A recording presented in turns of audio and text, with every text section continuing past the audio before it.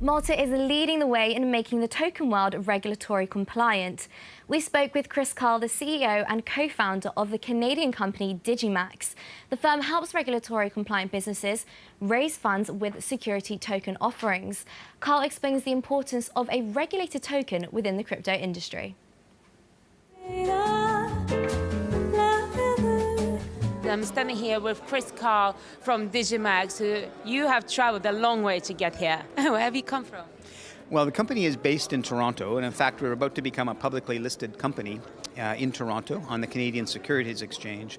But in fact, we have partners all over the world, in all of the major centers that have been involved in blockchain for the last 5 years. And you have the idea of helping businesses raising funds through STOs?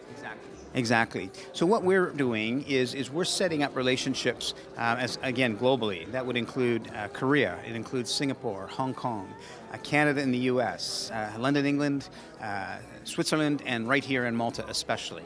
And what we have is we've built up a conglomerate of joint venture relationships of people who are registered broker-dealers.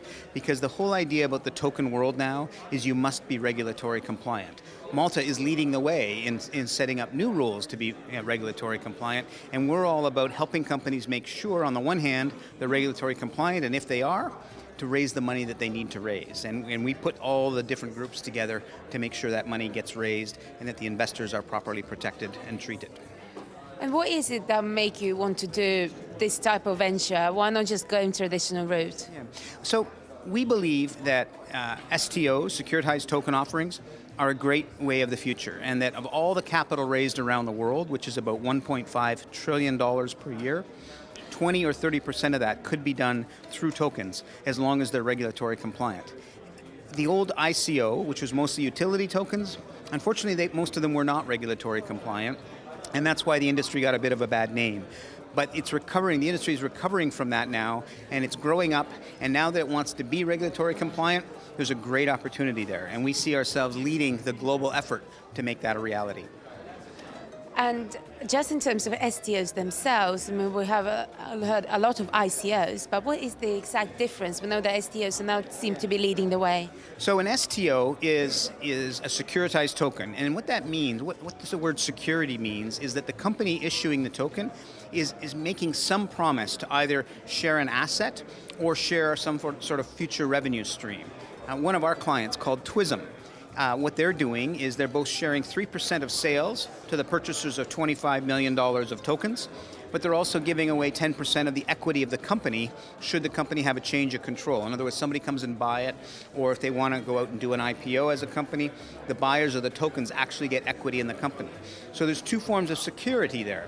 One is the promise to pay a share of sales, and two, it's to get equity when the company gets sold. And as opposed to a utility token done under the ICOs, there was no obligation for the company to do anything. They raised the money, they walked away, and if the company did well, maybe the value went up, but most of them unfortunately went down because there was no security. Sure, and just in terms of moving forward from here, for a regular person who's trying to build or maybe get a portfolio, what are the direct benefits on getting into the whole blockchain boat right now? I think, it's early stages, so whenever you get in early, you usually get better prices, better values. The second one is that you're buying something for the first time that does have future security. So you're buying a much safer investment than if you were buying the old utility tokens under an ICO. And so what you're getting is something that has the benefits of a common share, but more security than a common share even has. And you'll have something that's being done 100% regulatory compliant, which is the first time in this entire coin industry that that's happening. Sure, and getting on board early, as you say, is always beneficial. That's why we're here at Blocks Live covering some of these major innovations and events. Thank you so much for taking your time and joining us here. It's been a pleasure. Okay, thank you very much, Yelena. This is Blocks Live TV.